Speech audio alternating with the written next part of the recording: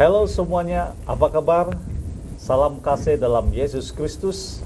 Kembali lagi kita bertemu dalam siaran Hope Media Sabah, pelajaran sekolah Sabat yang ke-9, suku tahun ketiga 2020. Sebagaimana yang saya telah umumkan pada pertemuan Sabat lalu, yang akan mengambil bahagian dalam pembahasan sekolah Sabat pada Sabat ini adalah Ketua Gereja. Dan di studio pada Sabat ini saya ditemani oleh dua orang Ketua Gereja, Elder Edson Solumin. Selamat hari Sabat.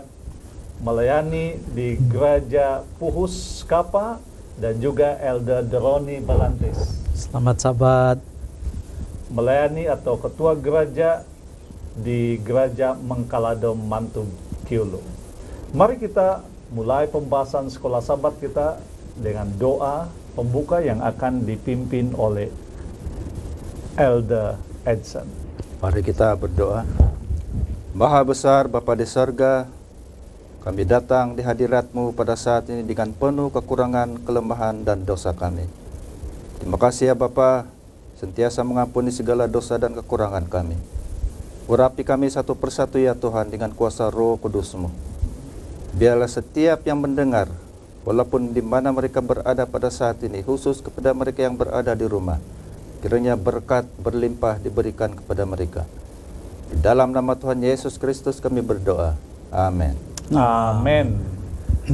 Sabat lalu, saya telah menerima WhatsApp sebanyak 87 netizen sekolah Sabat yang telah menjawab soalan yang kami telah tanyakan kepada anggota-anggota sekolah Sabat di rumah sebaik pembahasan sekolah Sabat ini selesai.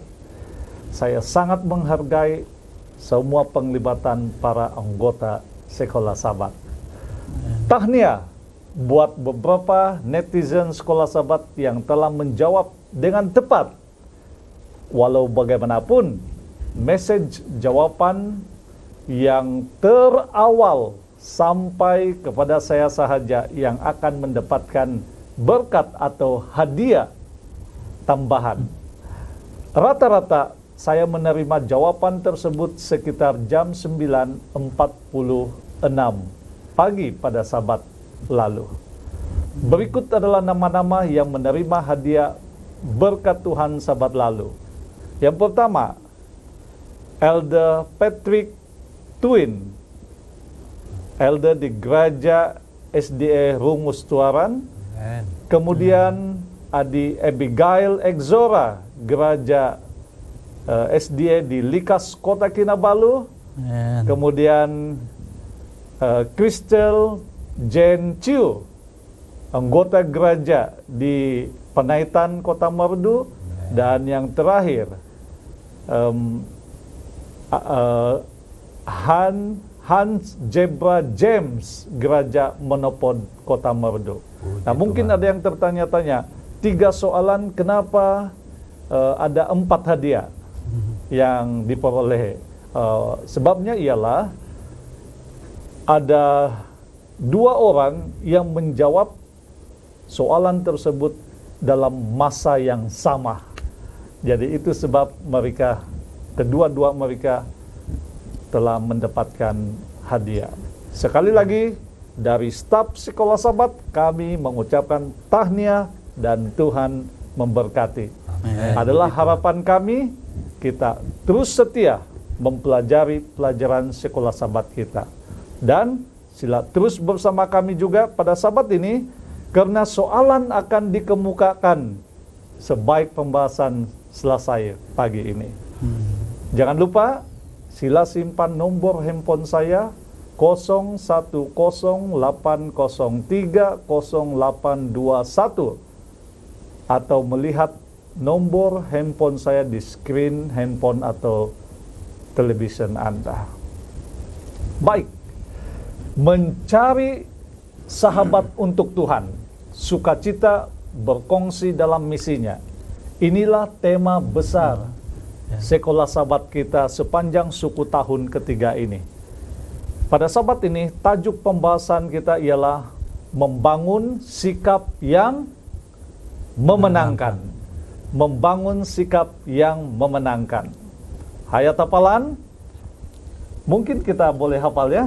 Mari kita hafal bersama.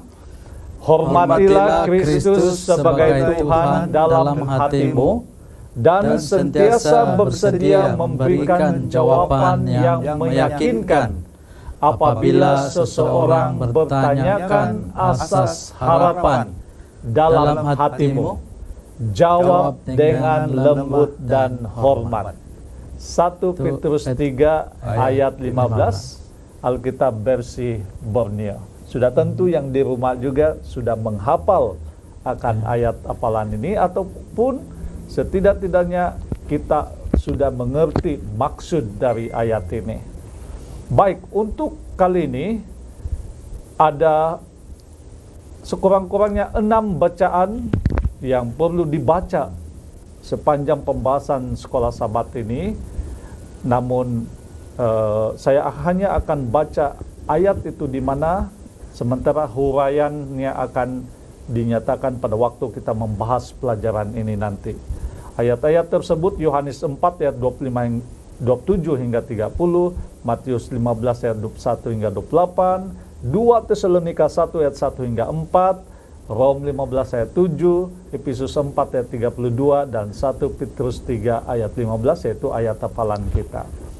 Nah, dalam pelajaran sekolah Sabat, pelajaran hari Sabat 22 Agustus, secara ringkasnya kita melihat bagaimana sikap Yesus Kristus yang penuh kasih menerima orang yang berdosa. Kasih anugerahnya terbuka kepada semua orang tanpa mengira suku, bangsa, dan juga latar belakangnya. Kasihnya lebih dalam dan lebih luas dari dosa yang terbesar sekalipun, sehingga dikatakan tidak ada manusia yang terlalu rendah sehingga kasih kurnianya tidak mampu untuk menjangkaunya. Kasih Kristus tidak mengenal batas sosial. Yesus terbuka kepada semua orang, termasuk orang-orang yang membencinya sekalipun. Yesus juga dapat menunjukkan kegembiraannya menerima orang-orang berdosa yang sudah bergumul dengan dosa, yang gelisah hatinya, rasa bersalah, rasa ketidaklayakan, dan perasaan yang sentiasa diburu oleh hukuman, dan seolah-olah mereka tidak mempunyai harapan. Bagaimana sikap Yesus terhadap manusia? Kita boleh baca di pelajaran sekolah Sabat kita ini. Salah satu sikap Yesus terhadap manusia, Yesus menunjukkan rasa hormat dan memperlakukan orang berdosa dengan cara bermeruah. Betul. Ini boleh kita lihat dari cerita perempuan Samaria dalam Yohanes pasal 4. Bagaimanapun dia ini bukan dari satu bangsa, atau dia berada di bangsa yang tidak dipedulikan, tetapi Yesus meletakkan wanita ini di tempat yang bermeruah. Yesus juga memberikan pengaruh positif dan memperhatikan orang yang datang kepadanya atau yang ditemuinya. Setiap perkara yang dia lihat kepada seseorang, dia melihat perkara yang positif. Yang ketiga, Yesus tidak menunjukkan kesombongan. Bila mana dia berada di hadapan manusia, bergaul siapa saja pada ketika itu di dunia, dia tidak pernah menunjukkan kesombongannya. Yesus juga melihat manusia sebagai ciptaan. Yesus melihat manusia itu sebagai ciptaan Tuhan yang sesuai dengan gambar dan rupanya. Dan itulah yang membawa atau membuat manusia yang diciptakan itu sangat dihargainya. Dan Yesus bersikap peduli terhadap semua manusia dan meletakkan agenda penyelamatan manusia sebagai target dalam pekerjaannya. Amen. Pada waktu dia berada di dunia ini. Dalam Yohanes 4,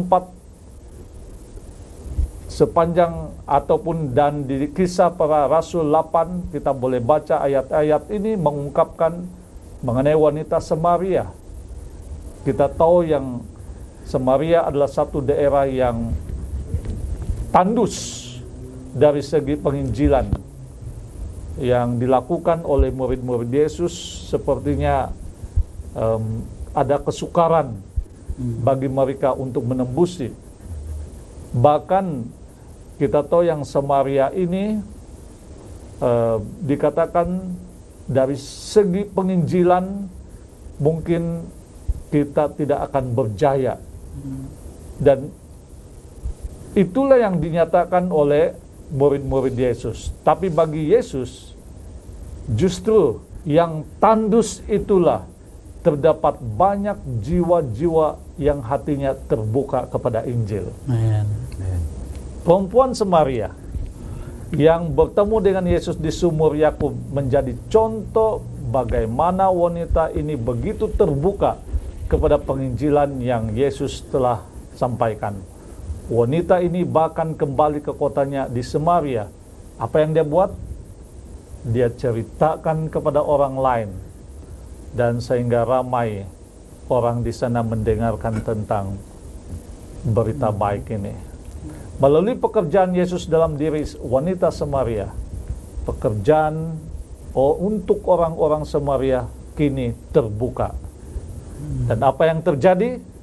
Roh Kudus menuntun Filipus untuk melayani di Samaria yang tandus itu, dan bagi pekerjaan Injil, sehingga akhirnya orang-orang di Samaria dikatakan ramai yang bertobat.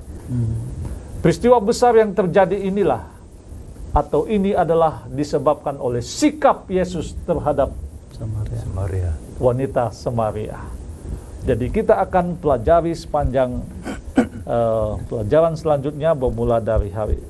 Kita sudah bahas hari Sabat dan hari Minggu, dan kini kita akan pergi ke pelajaran selanjutnya hari Isnin, dan sehinggalah kepada pendalaman, karena kita mau tahu apa sebenarnya sikap-sikap atau tabiat-tabiat Yesus yang boleh mempengaruhi dan yang telah menjadi suatu dinding yang besar sebagai pemisah itu dapat ditembusi. Baiklah, Elder Deroni, apa cerita sebenarnya? Apa pembahasan sebenarnya yang terdapat dalam pelajaran hari Isnin, yaitu penyesuaian sikap? Oke, terima kasih Pastor Justin selaku ketua moderator ataupun panel pertama bagi perbincangan sekolah Sabat kita pada Sabat ini. Ya, kita sudah didedahkan dengan sikap Yesus. Bagaimana dia berhadapan dengan suatu tempat yang orang lain tidak pernah ke sana, yaitu kawasan Samaria. Dan pada saat ini saya akan membahaskan tentang penyesuaian sikap kita. Dalam hidup bermasyarakat, kita perlu ada sikap, penyesuaian sikap untuk memenangi jiwa-jiwa yang haus akan kebenaran di luar sana. Dalam bahasa Inggris, first impression, tanggapan pertama sangat penting apabila kita berhadapan dengan orang luar. Betul. Ya. Apabila memulakan sesuatu persahabatan dengan orang lain, sikap yang positif biasanya kita akan tersenyum atau dengan penampilan yang lebih ceria.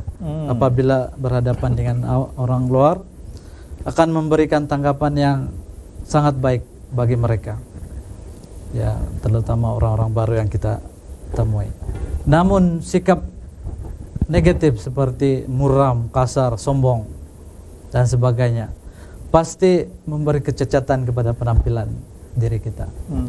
Itu mukadimah saya sebagai pembicara untuk penyelesaian sikap. Jadi dalam pelajaran kita dalam Yohanes 15 ayat 15, Yesus menyatakan bahwa kita bukan lagi hamba, tetapi kita sudah sebagai sahabat. Karena sebagai sahabat, Yesus memberitahukan segala sesuatu dari Bapa di sorga kepada kita semua. Saya suka meminjam kata-kata pujangga dari bangsa orang lain. Dia katakan, people may hear your words, but they fail your attitude. Orang akan mendengar kata-kata kita, tetapi yang akhirnya mereka lihat adalah tingkah laku kita. Oleh itu kita perlu sangat berhati-hati ya apabila kita berhadapan dengan orang lain. Sebab akhirnya tabiat kita akan menjadi cermin dan saksi bagi mereka. Semasa pelayanan Yesus dahulu di dunia, dia seorang yang pendengar yang setia, penolong yang setia bagi kita semua. Seperti juga dalam pertemuannya dengan seorang perempuan yang anaknya kerasukan oleh setan. Dalam cerita ini terdapat dalam Matius 15 ayat 21, seolah-olah Yesus pada mulanya tidak peduli akan perempuan Kanaan tersebut. Tetapi sebenarnya dia sangat mendengar dan mengamati dengan teliti kesungguhan perempuan yang anaknya kerasukan setan.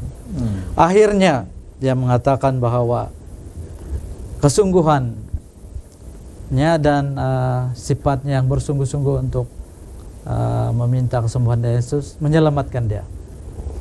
Begitu juga dalam Markus 14 ayat 6 hingga 9, Yesus menegur orang-orang di sekeliling yang memerahi dan menghalang seorang perempuan yang menggunakan minyak wangi-wangian yang sangat mahal pada waktu itu. Dia gunakan sepenuhnya untuk meminyaki Yesus. Dan persepsi orang-orang pada saat itu mengatakan itu sangat membazir. Tetapi bagi Yesus bukan itu yang dilihat utama, tetapi yang dilihat oleh Yesus adalah kesungguhan dalam hati untuk menerima Yesus dalam hidup dia. Jadi yang paling penting di sini ialah kita mengambil contoh Yesus apabila berhadapan dengan berbagai jenis orang. Terutama pada masa ini ada berbagai-bagai ragam manusia di luar sana yang akan kita jumpa setiap hari. Ya. Terima kasih. Kembali kepada Pastor Terima Jose. kasih Elder Deroni. So, mencari-cari kesalahan orang lain untuk menunjukkan bahwa dirinya lebih baik dari orang adalah suatu usaha yang boleh menghancurkan persahabatan, kan? Dan ini sangat jelas kalau bangsa lain mereka tidak mau bersama bergaul pun dengan orang Samaria. Tetapi Yesus telah pergi dekat dengannya. Demikian juga dengan cerita yang telah dilontarkan tadi, bahwa kita nampak yang Yesus itu sentiasa boleh orang bilang itu bahasa pasar dia edges, dia punya sikap yang selalu toleransi. Dan pada waktu cerita tadi dikatakan bahwa mungkin ada kemungkinan juga yang ibu kepada anak yang kerasukan itu mungkin sudah sudah mungkin mulai putus asa. Tapi kita lihat yang dia terus memanggil dan memanggil dan memanggil, dan akhirnya sebenarnya apa yang dikatakan tadi oleh Elder Deron itu sangat tepat, dan saya sangat setuju yang kenapa dia sepertinya tidak berapa peduli. Dia mau melihat kesungguhan dan hati dari wanita tersebut. So ini sangat menarik sekali bahwa Yesus boleh melihat jauh dari dalam hati wanita ini, keperluan mendasarnya, dan sejauh mana manusia itu mau supaya permohonan dia itu dikabulkan. Wah, luar biasa itu. So, bagaimana dengan cerita pula di pelajaran hari Selasa? Apa cerita di tempat itu atau apa yang ingin dikongsikan, Elder, dalam pembahasan bertajuk menyampaikan kebenaran dalam kasih? Salam, terima kasih Pastor Justin, Elder Derane. Masih. Oke, menyampaikan kebenaran dalam kasih. Oke, kebanyakan di antara kita ini ramai sahabat kan? Ya. Ramai sahabat. Mungkin sahabat yang menyeronokkan, yang menyenangkan. Tapi setakat sahabat mungkin tidak cukup. Tapi bagi Yesus, kita harus lebih daripada seorang sahabat. Betul. Kata Yesus, kita harus menyampaikan kebenaran ini dengan kasih. Menyampaikan kebenaran dalam kasih. Macam mana itu? Oke, kadangkala kita ini kalau melihat seseorang, kita melihat dari sudut yang buruk saja kan. Yang positif kita tidak ambil. Tapi kalau kita mau mendekati seseorang, seharusnya kita harus bersikap positif. Kita puji dia. Betul. Bukan puji, ada tujuan lah. Dengan jujur lah. Kita melihat kebaikan-kebaikan dia.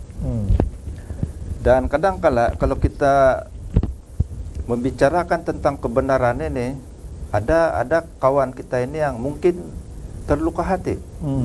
Betul. Sebab apa yang kita sampaikan tidak sehaluan dengan apa yang ada di dalam kepercayaan dia. Betul. Tapi apa yang dibuat oleh Yesus? Kalau di dalam Efesus pasal 4 ayat 15, apa kata Rasul Paulus? Kita harus menyampaikan kebenaran di dalam kasih. Seperti juga Yesus itu kan.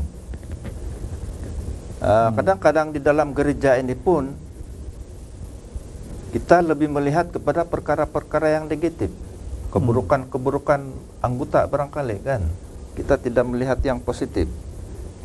Oke, saya senang dan suka mengungsikan apa yang dinyatakan oleh Ellen G. White dalam Pena Inspirasi, dalam buku Testimonies for the Church jilid 9 muka surat 189. Sekiranya kita merendahkan diri di hadapan Tuhan dan bersikap baik dan sopan, lemah lembut dan mengasihani, maksud dia ini yang penuh kasih ini, penuh belas kasihan, akan ada 100 pertobatan kepada kebenaran, di mana sekarang hanya ada satu. Jadi kita harus pandai mengambil hati sahabat kita itu, menyampaikan kebenaran dengan penuh berhati-hati. Nah, itu pendapat saya lah, Pastor. Wah, terima kasih banyak Elder Edson. Ini menyampaikan kebenaran dalam kasih itu nanti kita perdalam lagi mungkin dalam pertanyaan kita ya nanti karena mungkin ada isu, ada yang mau ditanyakan nanti. So inilah yang istimewanya Paulus itu ya, karena Paulus sendiri pun dia selalu mencari yang positif dikala dia bersahabat. So ini juga lah yang mungkin akan diketengahkan dalam pendalaman nanti setelah kita membahas isi-isi kandungannya. Baik, kita kembali kepada Elder Derane. Mungkin sekarang tiba di pelajaran hari Rabu dan semakin mendalam kita punya tujuan-tujuan dari pelajaran ini. Mungkin boleh kongsikan dasar penerimaan. Terima kasih sekali Pastor Edson. Ya, sekarang kita berada di topik yang seterusnya, yaitu dasar penerimaan.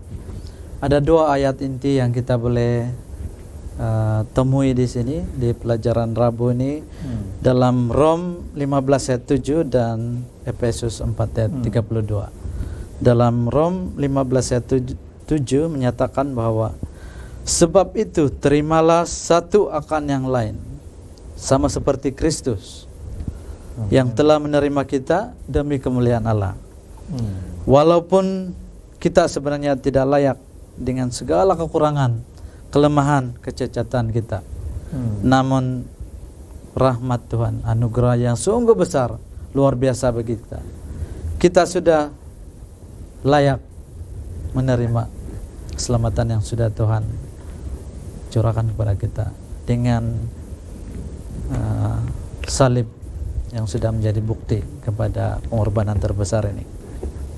Dan seterusnya dalam ayat Efesus 4 ayat 32. Tetapi hendaklah kamu ramah seseorang terhadap yang lain, penuh kasih mesra, saling mengampuni, sebagaimana Allah di dalam Kristus telah mengampuni kamu. Amin. Jadi dua ayat ini kita sudah paham bahwa Yesus sudah mendahului kita. Amin. Apalagi yang menjadi kekangan bagi kita untuk menerima orang lain. Jadi tetapi ada kekangan dalam hal penerimaan, sebab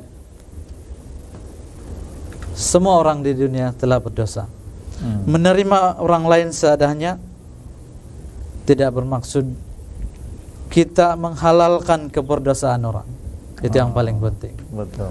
Sebab kita sudah paham dan kita sudah mengerti bahwa kita selagi di dunia kita tidak sempurna sepenuhnya.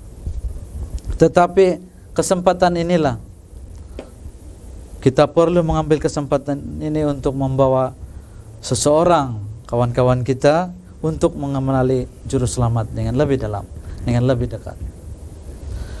Namun sebaik saja perhubungan tercetus atau sebaik saja kita mempunyai perhubungan dengan orang, kita perlu mempedulikan ataupun kita perlu menjaga perhubungan yang terjalin. Adalah penting untuk kita berhadapan terus-menerus, memelihara persahabatan kita dan membawa individu-individu, rakan-rakan kita atau siapa saja untuk mendalami kebenaran kitab suci.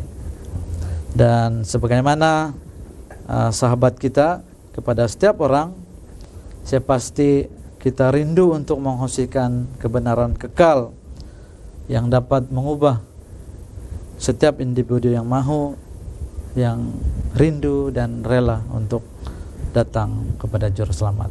Saya pasti itu kerinduan setiap orang untuk mencari bukan saja di dunia tetapi yang paling pentingnya keselamatan kekal dan kehidupan kita di surga nanti. Oke, itu saja serba sedikit mengenai dengan dasar penerimaan. Wah, terima kasih. Amin. Elder Droni, pelajaran sekolah sahabat kita hari Rabu ini sangat mendasar. Bagaimana kita harus menerima orang lain. Dan memang ini juga mungkin ada pertanyaan kita dan nanti kita akan persoalkan beberapa bagian dari penerimaan atau apa sebenarnya antipati yang seharusnya boleh kita ketengahkan dalam kehidupan kita. Sebagaimana yang dibahas dalam sekolah sahabat bahwa ada istilah menerima itu dengan mengampuni meskipun masih banyak kekurangan. Penerimaan itu sangat penting. Itu sebabnya dalam Rom pasal 15 itu dia bercakap tentang menerima di antara satu dengan yang lain. Baik, pelajaran hari Kamis. Elder Edson, silakan kongsikan apakah penekanan secara ringkas pelajaran hari Kamis, kebenaran disampaikan dengan kasih. Ya, kadang-kadang ini sulit ini kan, menyampaikan kebenaran dengan kasih, terutama kepada sahabat yang tidak seiman. Betul. Kita masih ingat lagi pengalaman Yesus dengan orang Samaria itu kan. Oke, kalau kita baca di dalam Markus pasal 4 ayat 21, pelita itu bukan disimpan di bawah gantang ataupun di bawah tempat tidur, tapi di atas kaki Dian. Jadi maksudnya kebenaran Tuhan ini, Injil keselamatan ini, kita harus beritakan kepada orang lain, bukan disimpan-simpan. Dan ada orang mengatakan, macam mana saya mau menyampaikan? Takut pula kawan kita itu terguris hatinya. Nah, inilah yang disebut kita harus sampaikan dengan penuh kasih. Kalau kita baca balik Efesus 4 ayat 15, kebenaran itu harus dinyatakan di dalam kasih. Tapi bagaimana? Ramai orang yang punya persepsi yang berlainan. Mungkin dia tidak menerima apa yang kita sampaikan. Betul. Tapi adakah kebenaran Tuhan ini harus kita simpan? Tidak perlu beritakan kepada orang lain. Bagi saya tidak perlu kita simpan itu, kita harus kongsikan kepada orang lain, walau apapun yang berlaku. Oke, sekiranya berlaku, katakan kita menyampaikan kebenaran ini kepada orang lain, rakan-rakan kita, sahabat kita, kemudian mereka menganggap negatif. Betul. Oke, kita terima saja dengan seadanya. Kita jangan bermusuh dengan mereka. Kita terima dia dengan seadanya. Oke, dalam pengalaman Rasul Paulus sendiri kan, banyak pengalaman-pengalaman yang dia lalui, bagaimana dia menyampaikan kebenaran ini kepada orang lain, terutama yang belum mengenal tentang Injil ini. Mereka menggabungkan kebenaran ini dengan kasih, penuh belas kasihan, penuh kejujuran. Petrus sendiri pernah mengingatkan anggota-anggota percaya untuk memberi pertanggungan jawab kepada tiap-tiap orang yang meminta pertanggungan jawab dari kamu tentang pengharapan yang ada padamu, tetapi haruslah dengan lemah lembut. Ini kita boleh baca di dalam 1 Petrus pasal 3 ayat 15. Ayat tepalan kan? Itu tanggung jawab kita. Dan di dalam 2 Timotius 4 ayat 2, apa kata Timotius? Beritakanlah firman, siap sedialah, baik atau tidak.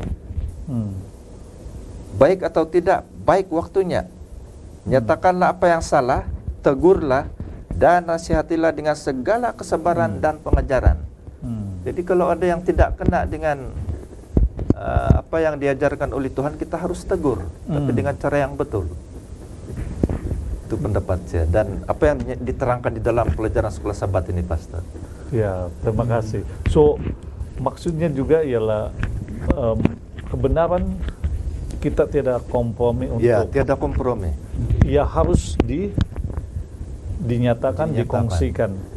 So, netizen ataupun semua yang ada di rumah, anggota sekolah Sabat yang ada di rumah, di hadapan ini dan di rumah, saya rasa kita sepakat bahwa kebenaran itu mengatasi segala pemberitaan kebenaran itu mengatasi segala prasangka ataupun mungkin akibat ataupun yang akan berlaku kepada kita, kan? Ya, betul. Karena apa yang dikatakan oleh Elder tadi, mungkin saja kita takut untuk memberitakan, kan, terguris hatinya dan sebagainya, dan mungkin akan dibahas secara mendalam lagi nanti dalam pertanyaan mengenai hal ini. So apa yang kita sudah sepakati, kebenaran yang kita ada itu harus dikongsikan, satu. Kedua, yang harus diingat ialah tetapi dengan penuh kasih. Penuh kasih. So satu adalah message yang ada pada kita, dan satu lagi adalah sikap kita, penampilan kita terhadap orang lain. Wah, luar biasa ini. Baik, kalau begitu kita terus saja pergi pendalaman atau di soalan ya. Ya. So mungkin mungkin Elder Doni ada pertanyaan mungkin yang saya boleh tanyakan kepada Elder. Oke, silakan Pastor. Oke, begini, memang tidak dinafikan, ada ramai kawan-kawan kita di luar sana yang mempunyai sikap yang mereka ini termasuk dalam kategori orang baik lah, kan? Betul. Bahkan ada yang sangat baik. Mereka ini mengasihi, menghormati sesama manusia, tidak pukul orang, dan bahkan mereka ini menjadi pendamai, kan, dan orang yang baik lah, sahabat terbaik lah. Ya. Namun Injil atau ajaran yang mereka kongsi itu mungkin tidak sesuai dengan ajaran, mungkin tidak sesuai dengan ajaran Alkitab. So, apa pandangan Elder, dan mungkin boleh nyatakan bagaimana cara pendekatan kita terhadap mereka? Ya, terima kasih Pastor Justin. Saya pasti ramai di antara kita mengalami pertanyaan seperti ini. Kita mempunyai ramai sahabat bukan seiman dengan kita di luar sana, dalam pekerjaan, dalam aktivitas sosial. Memang kita semua mempunyai sahabat berlainan latar belakang, dan inilah yang menjadi persoalan, menjadi kadang-kadang halangan bagi kita. Tetapi sebagai rakan, sebagai teman yang setia, kata Elder Helsan tadi, kita menjaga supaya jangan terguris mereka, dan kita jangan rasa ini sebagai halangan.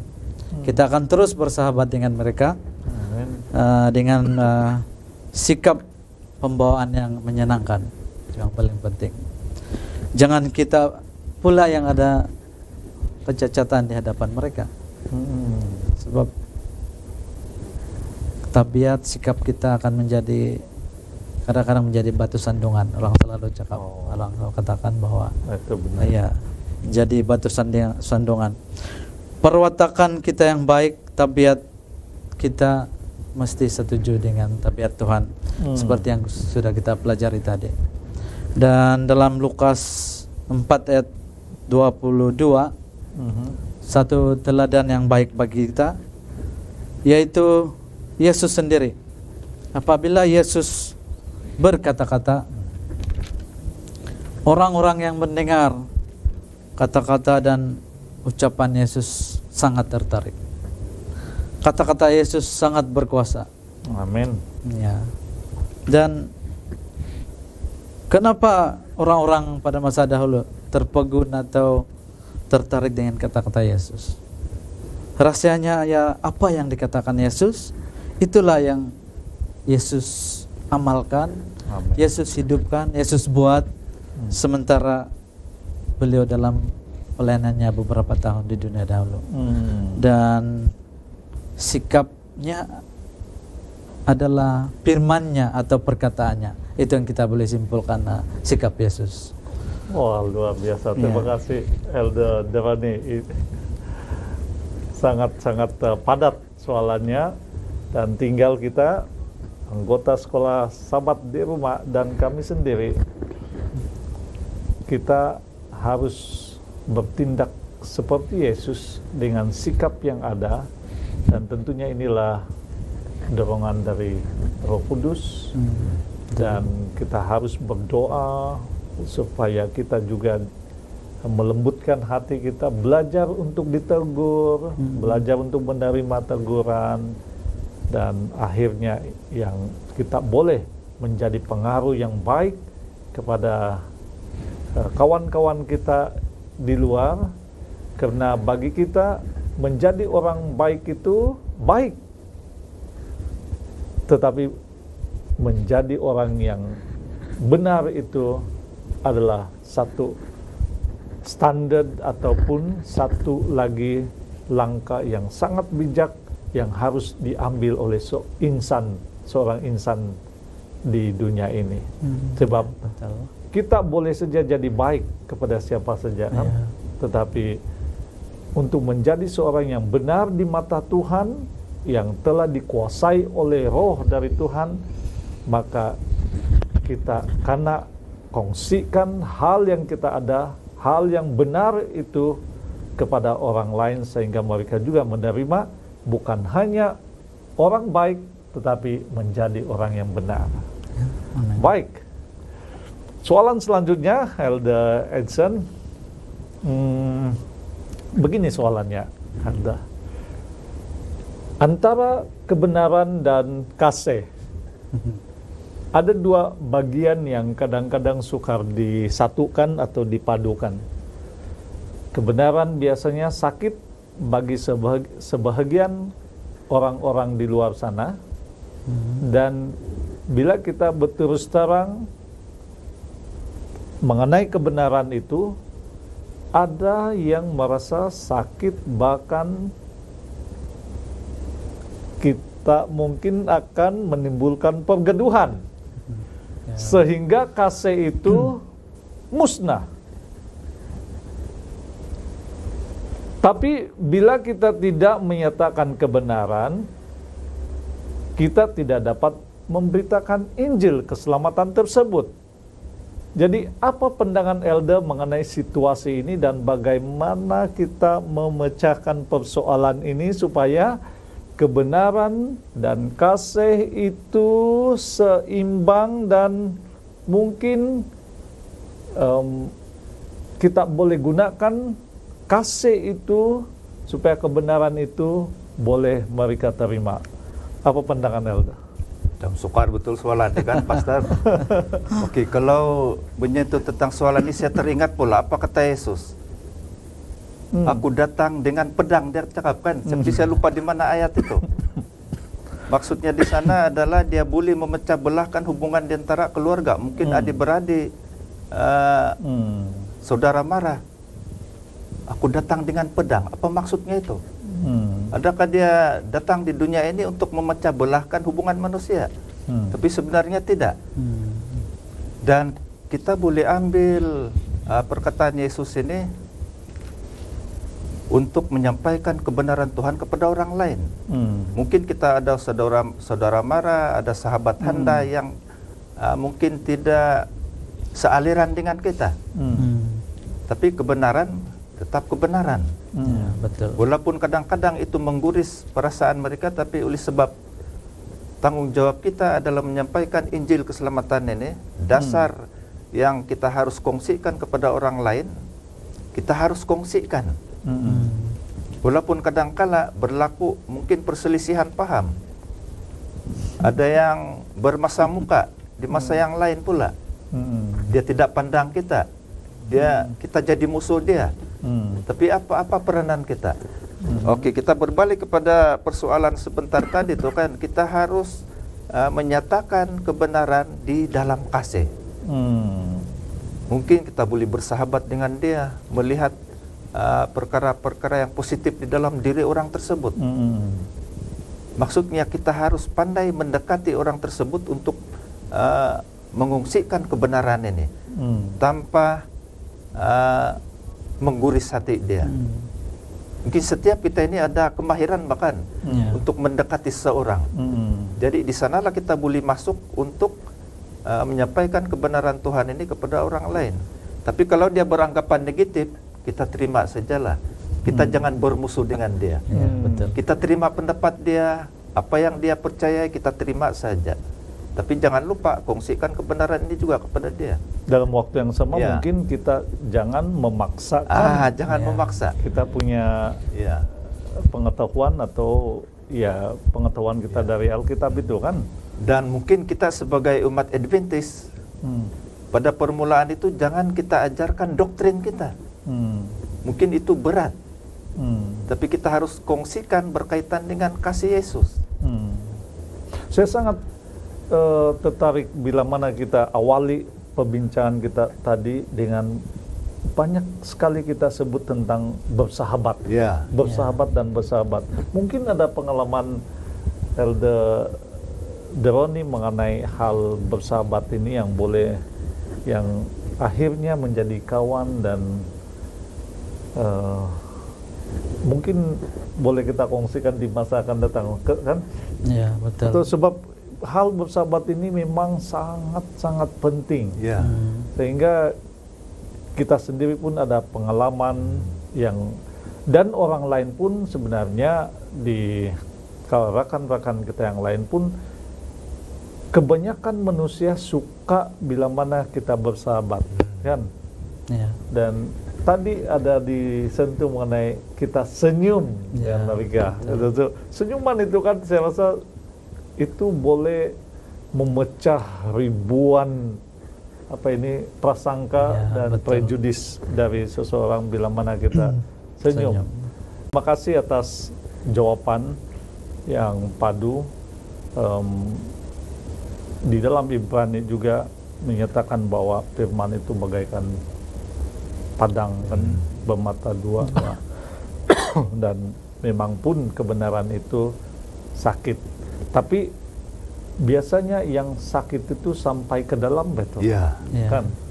Kalau Sampai di sumsum tulang. ya, kalau kebenaran itu hanya di kulit atau sebagian saja, itu bagi saya mudah dilupakan. Iya. Ya, betul. Dan tidak terlalu menghargai. Jadi bila mana orang itu mungkin kita sendiri mungkin atau orang lain mungkin marah terhadap sesuatu, tapi itu sentiasa akan dia ingat-ingat selalu kan. Dan betul. kita doakan, lepas kita bersahabat, dan kita pun akan kongsikan firman Tuhan tanpa paksaan. Dan jangan lupa kita berdoa siang malam untuknya. Ada orang kesaksian tertentu yang kita tahu dia tidak berbuat apa-apa tentang, maaf kalau ini ada berkenan ya, suaminya. Tetapi istrinya berdoa, atau suaminya juga ada yang kejadian suaminya berdoa untuk istrinya sehingga 30 hingga 40 tahun.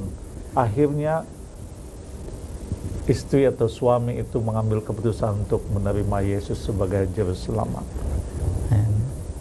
Selain doa, mungkin dia melihat juga tabiat ada Kristus dalam hidup istrinya atau suaminya kan. Mungkin gaya hidup itu Gaya yang hidup. penting. Jangan Ya, lain gaya yang kita cakap, tapi perbuatan kita lain. Ya. Ya, jangan putus asa lah kan, Elda.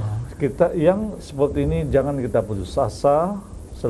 Selagi kita dapat mendoakan orang lain, kita doakan, dan jangan pernah putus asa. Mungkin ada juga netizen sekolah sahabat kita di luar sana yang mengalami hal ini. Adalah nasihat kita bersama, jangan pernah putus asa, Ya, betul. berdoa untuk orang lain.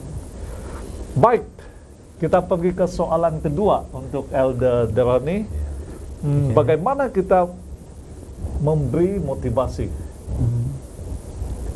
Mungkin motivasi kepada diri kita dan juga anggota sekolah sahabat di rumah agar tetap konsisten melibatkan diri dalam menyatakan kasih yang sejati itu kepada orang lain. Oke, terima kasih Pastor. Ini soalan pun kelihatan senang, tetapi sebenarnya itu yang susah. Bagaimana kita memotivasikan diri kita dan keseluruhan anggota sekolah sahabat. Ya, kita tidak boleh paksa-paksa diri kita sebenarnya. Tapi kita sudah diberikan beberapa ayat dalam Alkitab bahwa apa yang kita tanam akan berbuah. Oke, ataupun sudah dikatakan tadi oleh pastor bahwa kebenaran yang kita terima itu perlu kita betul-betul serapkan dalam hidup kita supaya dia akan berhasil. Jadi kita tidak boleh paksa-paksa diri kita untuk melakukan sesuatu yang kita tidak rela. Tetapi apabila kita sudah belajar dan menghidupkan segala pelajaran yang sudah kita terima, itu akan secara otomatis berbuah dan berbuah. Jadi buah-buah kasih itulah yang akan memberi motivasi secara otomatis dalam diri kita.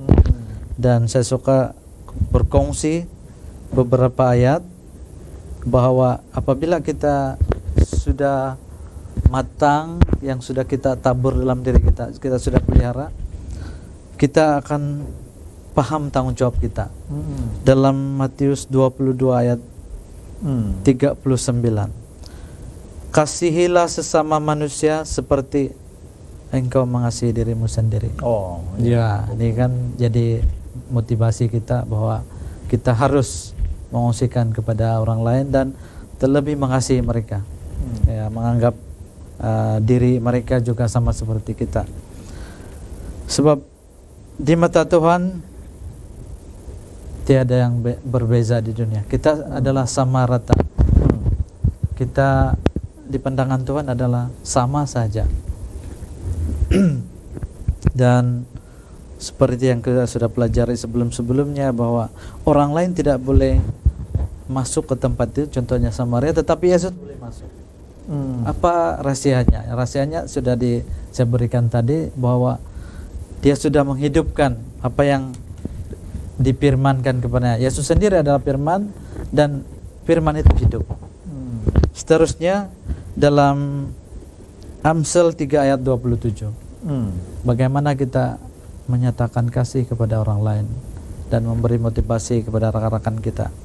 Dalam Amsal 3 ayat 27 menyatakan, janganlah menahan kebaikan daripada orang yang berhak menerima apabila engkau masih mampu untuk melakukannya. Ini juga satu ayat yang sangat memberi motivasi kepada kita. Kita jangan menahan kebaikan dari diri kita. Apabila kita tahan kebaikan kita, macam juga Elder Helson katakan tadi, terang itu kalau kita masukkan ke dalam mangkuk, dia tidak akan bercahaya. Cahaya dia tidak akan keluar. Jadi cahaya itu perlu dipancarkan kepada orang lain. Dan yang paling penting ialah perubahan harus bermula dari diri kita sendirilah. Apabila adanya perubahan yang benar-benar rela untuk mengikuti Yesus, sememangnya segala yang kita lakukan, sikap kita pasti sentiasa memancarkan tabiat yang positif. Macam juga tadi di awal perbincangan kita menjaga sikap kita, kita tidak boleh berpura-pura dari segi sikap. Mungkin penampilan boleh berpura-pura, tetapi akhirnya kita kedapatan suatu hari nanti kalau kita berpura-pura. Jadi apabila sudah matang, sudah benar-benar kita paham kebenaran itu dalam diri kita, masuk ke sumsum tulang, kata Elder Henson, itu yang secara otomatis akan menjadi kesaksian bagi orang lain. Dan saya pasti kita rindu dan ingin sekali supaya setiap orang dapat mendengar dan menerima Yesus sebagai Juru Selamat. Tanggung jawab kita. Terima kasih. Wah, luar biasa. Semakin dalam kita ya, oke. Semakin ke arah diri kita dan juga netizen atau anggota sekolah sahabat yang ada di rumah. Inilah penerapan-penerapan untuk pelajaran sekolah sahabat. Ada lagi satu soalan untuk mungkin kita tanya soalan ini kepada Elder Edson. Sekiranya kita melakukan sikap mengasihi, kita lakukan, kita menghormati orang lain, bersahabat, kita kongsikan firman itu kepada orang lain. Apa untung itu untuk kita? Untung kan? Kebanyakan di dunia ini mau untung saja kan, Pastor? Betul. Oke, coba kita pikir mana yang lebih baik, kita memberi ataupun kita menerima? Pastor pernah merasakankah ataupun Elder Dorani? Kadang-kadang kalau kita menerima ini lain kan perasaan. Betul. Tapi kalau kita yang memberi, macam ada lain rasa itu, Pak. Jadi kalau kita mengungsikan kasih ini, kebaikan kepada orang lain, apa untungnya? Kalau secara pribadi lah, Pastor, ada satu kedamaian yang orang tidak pernah bagi. Betul. Kedamaian dalaman lah. Itu yang pertama. Coba kita bagi, katakan apa saja pemberian kepada orang yang berkekurangan. Apa yang kamu rasakan? Bukan meminta puji kan? Ada orang ini memberi sebab orang lihat. Tapi betul. Kalau kita bagi dengan ikhlas, bukan memperlihatkan orang lain, macam ada satu kedamaian di dalam diri kita, di dalam hati kita. Ada kepuasan. Itulah kelebihan dia. Dan coba kita lihat di dalam apa kata Yesus dalam Yohanes 14 ayat 6, akulah jalan dan kebenaran dan hidup. Kalau kita mengungsikan kebenaran ini kepada orang lain, kita sudah menunjukkan jalan keselamatan kepada Yesus. Sebab Yesus kata, akulah jalan, kebenaran dan hidup. Kalau kita tidak buka jalan kepada orang lain, siapa lagi? Dan saya percaya Tuhan sangat suka apabila kita melakukan, mengungsikan kebenaran ini kepada orang lain. Belum maksud saya tadi, ada kedamaian di jiwa kita. Itulah pendapat saya, Pastor. Betul. Apabila kita tidak berhenti melakukan, mengungsikan, pasti itu juga akan mematangkan diri kita. Ya, Kalau kita simpan-simpan, dia pandai bertegar. Ya. Tapi kita selalu menggunakan contohnya alat-alat sesuatu kan, parah, kita pasti merasai kesannya. Talenta yang disimpan kadang-kadang tiada arti itu kan. Iya, betul. Perlu gunakan dan perlu sebarkan kasih dan kebenaran. So itulah kalau sekiranya kita melakukan itu dalam kehidupan kita, banyak kesan yang positif kan. Iya, betul. Kalau kita mengasihi orang, kemudian kita menghormati, bersahabat, mengungsikan firman Tuhan. Semua ini adalah nilai-nilai yang Yesus sendiri telah lakukan. Betul. Inilah sikap-sikap yang Yesus telah lakukan, tunjukkan kepada murid-muridnya dulu. Dia mengasihi, tetapi dia juga menghormati. Betul. Dan tentu dia bergaul, bersahabat. Dia tidak pilih orang. Ya, tidak pilih orang lagi. Dan dia mengungsikan firman Tuhan itu atau Injil tentang dirinya. So, semuanya ini adalah dilakukan oleh orang-orang yang telah percaya kepada Yesus. Macam juga kita kan, kalau kita dengar satu kabar yang sangat baik, wah, tidak boleh tidak tertahan-tahan sudah itu hati untuk memberi cerita. Dan bila mana tidak dikongsikan, sepertinya ada satu beban yang terlalu berat kita pikul. Tetapi bila mana kita kongsikan berita baik itu kepada orang lain, seperti yang dikatakan oleh Elda tadi, ada satu kepuasan yang sangat luar biasa, dan kita merasa di sanalah berkat itu, dan kita mau lagi mendengar apa lagi berita baik yang selanjutnya akan kita terima. Dan kita sudah mulai targetkan orang, siapa yang saya mau kongsikan kabar-kabar yang baik ini. Ya, betul, Pastor. So, artinya pekerjaan itu tidak akan terhenti di sana saja. Dia akan berterusan apabila kita sudah mengungsikan, dan di akhir sekali kita akan melihat hasil dia.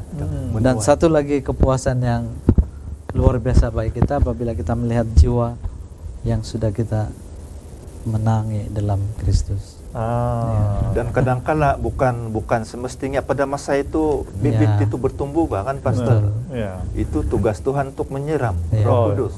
Kita hanya menabur. Tugas kita hanya menabur, dan pekerjaan lain itu Tuhan aturkan. Adalah Tuhan yang akan lengkapkan. So, anggota sekolah sahabat yang ada di rumah, saya pasti kamu mempunyai juga pandangan, dan juga ada yang mau tidak tertahan lagi untuk mau dikongsikan kepada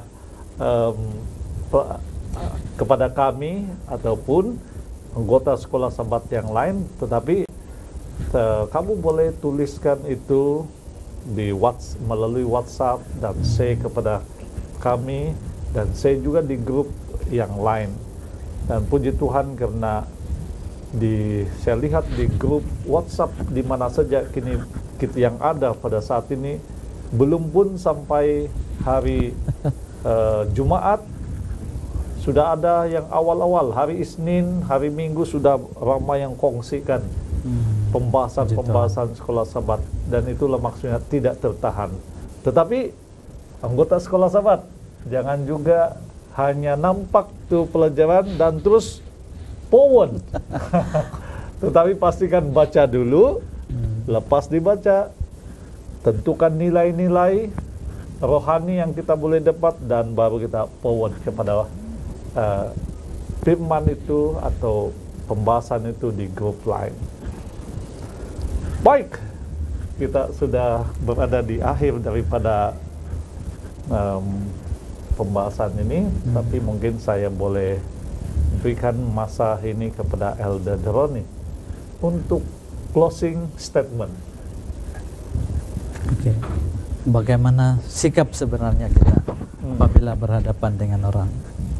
Jadi seperti yang sudah kita pelajari daripada Pastor Justin dan juga Elson, bahwa sikap kita sebagai seorang hamba Tuhan menjadi ukuran bagi orang-orang di luar sana. Paling penting ialah sikap kita apabila kita berhadapan dengan penyesuaian sikap kita. Sikap-sikap yang positif yang perlu kita tonjolkan apabila berhadapan dengan orang. Dan apabila kita bersahabat dengan siapa saja, jangan kita pilih-pilih. Jangan ada halangan, jangan ada rasa memilih-milih siapa yang kita kongsikan. Tetapi seperti yang Tuhan katakan bahwa kita semua ini adalah sama di hadapan Tuhan. Kita juga melihat bahwa manusia adalah sama. Semua mempunyai peluang untuk mengenali Yesus sebagai juru selamat, terlebih menerima dia sebagai juru selamat di dalam hidup kita. Terima kasih Elder Devani. Selanjutnya mungkin ada kenyataan penutup atau harapan yang boleh dikongsikan oleh Elder Edson. Jadi maksudnya kebenaran Tuhan ini kita tidak perlu tahan-tahan, bahkan kita harus kongsikan kepada siapa sahaja, terlebih kepada sahabat, ahli keluarga kita yang belum mengetahui kebenaran Tuhan ini.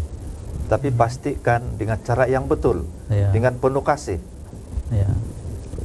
Ya, terima kasih Elder Edson.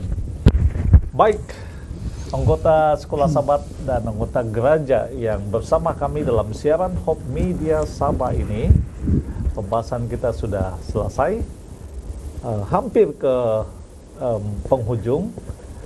Nah, seperti yang kami telah janjikan, kami akan menyampaikan atau kami akan memberikan soalan untuk semua anggota Sekolah Sabat yang ada di rumah. Sekali lagi, sila kirim jawaban Anda di nomor handphone seperti yang saya sudah berikan di awal pertemuan kita tadi pagi. Berkat dan atau hadiah sedang menanti Anda. Kita pergi ke soalan pertama. Saya baca. Mungkin. Oke, soalan pertama. Dalam pelajaran Sekolah Sabat minggu ini, sila nyatakan muka surat di manakah perkataan ini ditulis. Apabila mata kita diurapi dengan keilahian oleh Roh Kudus, kita melihat peluang-peluang, sementara orang lain hanya melihat kesulitan-kesulitan.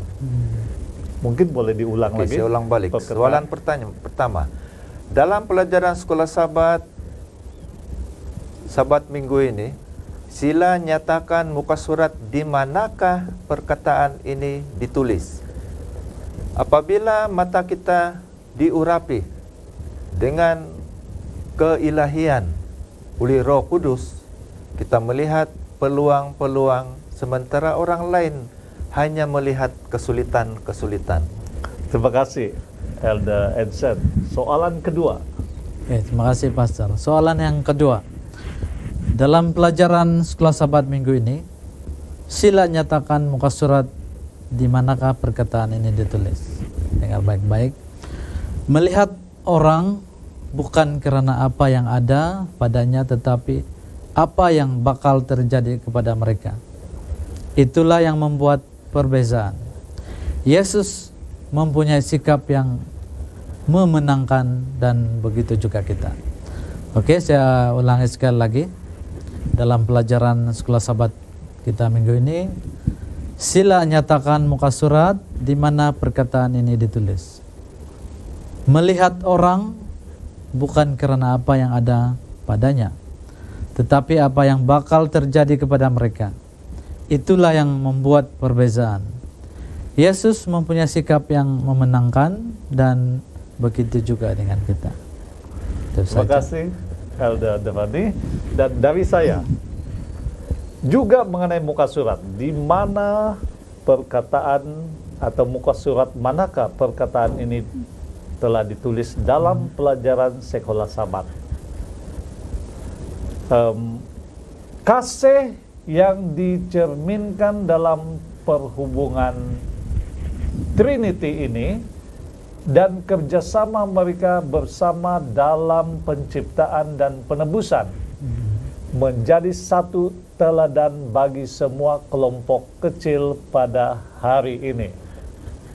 Saya bacakan lagi. Di manakah muka surat perkataan ini diungkapkan dalam pelajaran sekolah Sabat? Kasih yang dicerminkan dalam perhubungan Trinity ini dan kerjasama mereka bersama dalam penciptaan dan penebusan menjadi satu teladan bagi semua kelompok kecil pada hari ini. Nah, seperti biasa, Anda boleh dapatkan jawaban soalan ketiga yang saya bacakan itu di pelajaran minggu depan. Sila baca dan hantar jawaban itu kepada saya. Selamat membaca dan selamat menjawabnya.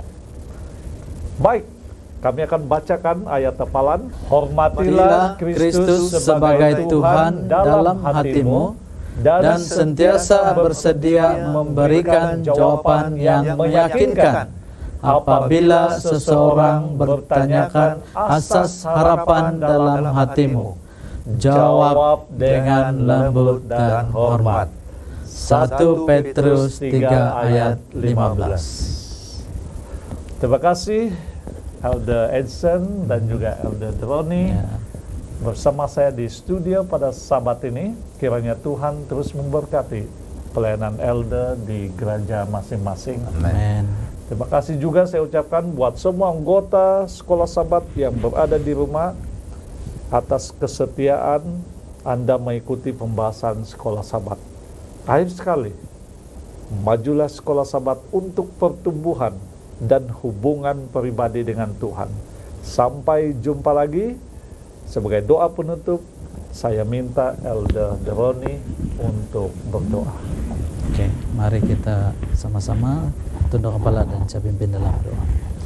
Maha besar Tuhan Allah Bapa dalam kerajaan surga, terpujilah namamu Tuhan, sebab Engkau sudah memberkati kami, sudah memberikan pelajaran-pelajaran yang sangat berguna kepada kami, yaitu dalam pelajaran sekolah Sabat sepanjang Sabat ini. Bagaimana sikap kami seharusnya dalam membawakan Injil kepada orang-orang yang belum mengenal atau orang-orang yang berada di sekeliling kami, keluarga kami, juga orang-orang luar yang haus akan kebenaran.